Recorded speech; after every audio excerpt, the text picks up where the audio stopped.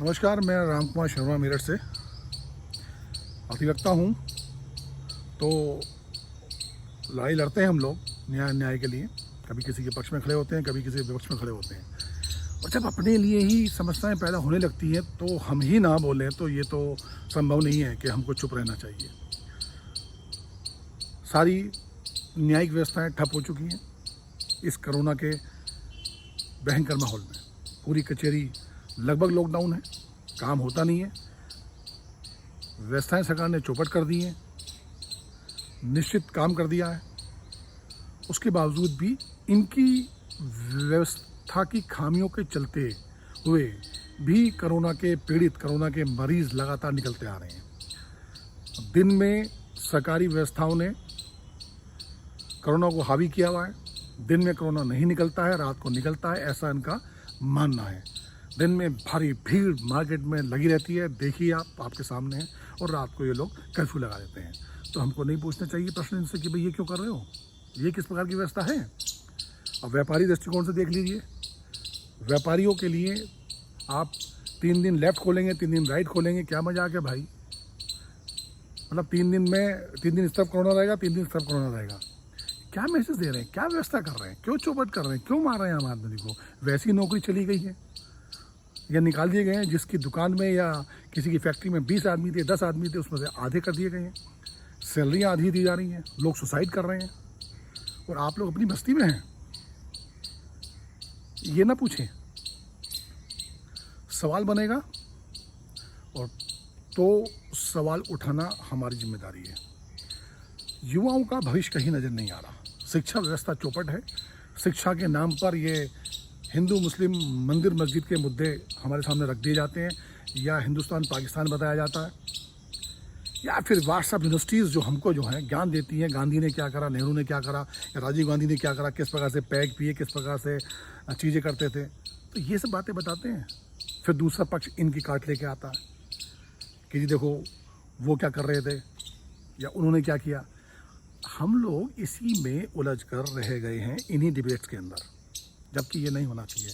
हम आम जनता हैं भाई, हम वोटर हैं आपके, हम चुनते हैं सरकारों को, इसलिए थोड़ी चुन रहे हैं कि इससे मुझे जाके रखोगे। भाई हमें बताइए नौकरी कहाँ है, हमें बताइए हम क्या करें। हम पढ़ने के बाद हमारी क्या स्थिति है हमको पता ही नहीं है, क्योंकि स्थिति इसलिए पूछना पड़ रही है कि नौकरी निकाली गई है। जैसे एटलस साइकिल फैक्ट्री बंद हो गई, ऐसे बहुत सारी चीज़ें बंद होती जा रही हैं। तो ये तो प्रश्न हमको पूछना पड़ेगा सरकारों से।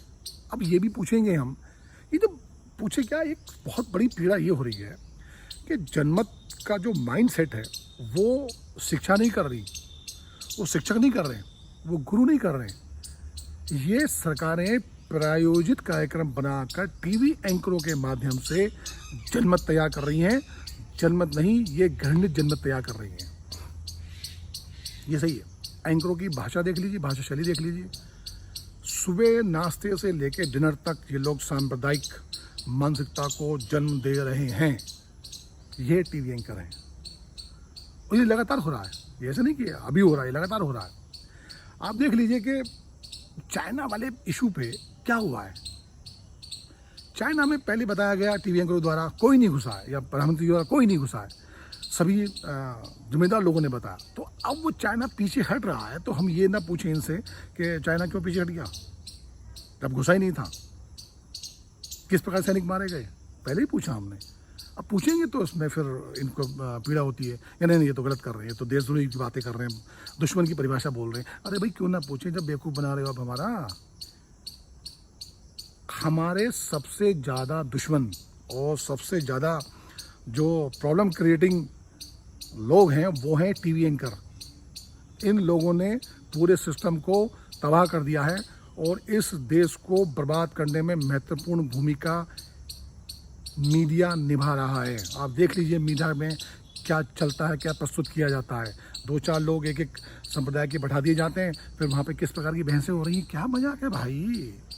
आप क्यों नहीं बहस करते कि साइंस और टेक्नोलॉजी की बात क्यों नहीं करते हो, तकनीकी की बात क्यों नहीं करते हो, स्वास्थ्य की बात क्यों नहीं करते हो, युवाओं को डिबेट में क्यों नहीं बैठाते हो। उनसे पूछो वो कैसा भविष्य चाहते हैं, कैसा भारत चाहते हैं। नहीं करना आपको, ये सब चीज़ें नहीं करनी है। तो भाई हमारे सब काम धंधे चौपट हो गए हैं। हमारी सरकार से गुजारिश है और आप सबको ही पूछना चाहिए। मैं कह रहा हूँ आप अपने अपने माध्यमों से पूछिए सरकार से, जो से भी हो। सोशल मीडिया आपके सामने है, पूछिए ना, जैसे मैं पूछता हूँ आप भी पूछिए। क्यों कोरोना दिन में आ रहा है, दिन में नहीं आता, रात को आता है? क्यों हमारे काम धंधे बंद हो गए? क्यों नौकरियों से निकाला जा रहा है? क्या हमारा भविष्य है? या हम लोग ये लगते रहे कि चाइना यहाँ से आने वाला, यहाँ को जाने वाला है? क्यों नहीं एक्सपोर्ट इम्पोर्ट बंद कर देते चाइना के साथ? एक्सपोर्ट इम्पोर्ट बंद नहीं करना आपको, हमको कहना है टीवी फेंक दो। ऐप्स बंद करने से क्या हो गया? पहले से ऐप नहीं चल रहे थे, पहले जासूसी नहीं हो रही थी, वो पहले आपको पता नहीं था, पहले आपकी रिश्तेदारी में काम चल रहा था। आप देखिए, एक चीज़ और बता दूंगा आपको, चाइना की नीति जब बात दिमाग में अभी आई है, नेहरू जी गए थे चाइना, उनका भव्य स्वागत किया गया, भव्य स्वागत, फूल बिछाए गए, पुष्प वर्षाएँ हुई, आए वो हिंदी चीनी भाई भाई, हिंदी चीनी भाई भाई, बड़े मज़े में आए, बोले वो चाइना बहुत अच्छा है। उसके बाद क्या हुआ? चाइना ने अटैक करा और जो परिणाम आप हुए उसके सामने आज तक भुगत रहे हैं। उसके बाद फिर क्या होता है? पिछले 2-3-4 सालों से चाइना बहुत बढ़िया, चाइना से प्रेम संबंध हो गए हैं, चाइना के साथ बैठ के झूला जा रहा है प्रधानमंत्री जी के द्वारा, गले लग रहे हैं, है ना, स्टाइल मारी जा रही है। उसके बाद क्या हुआ? चाइना ने फिर ये हरकत करी है। आज तो भारत बलशाली है, आज भी हम चुप रहेंगे? ना पूछेंगे चाइना विश्वास क्यों किया जाता है? अमेरिका ने कभी साथ दिया है? तो ये प्रश्न हमको पूछने चाहिए, युवाओं को पूछने चाहिए, जनता को पूछने चाहिए, सरकारों से, देश की नीति भी पूछनी चाहिए, आर्थिक नीतियों भी पूछनी चाहिए, साइंस टेक्नोलॉजी पूछनी चाहिए। लगातार पूछिए, यही आप पे साधन है, यही माध्यम है, अदरवाइज आप खत्म हो जाएंगे।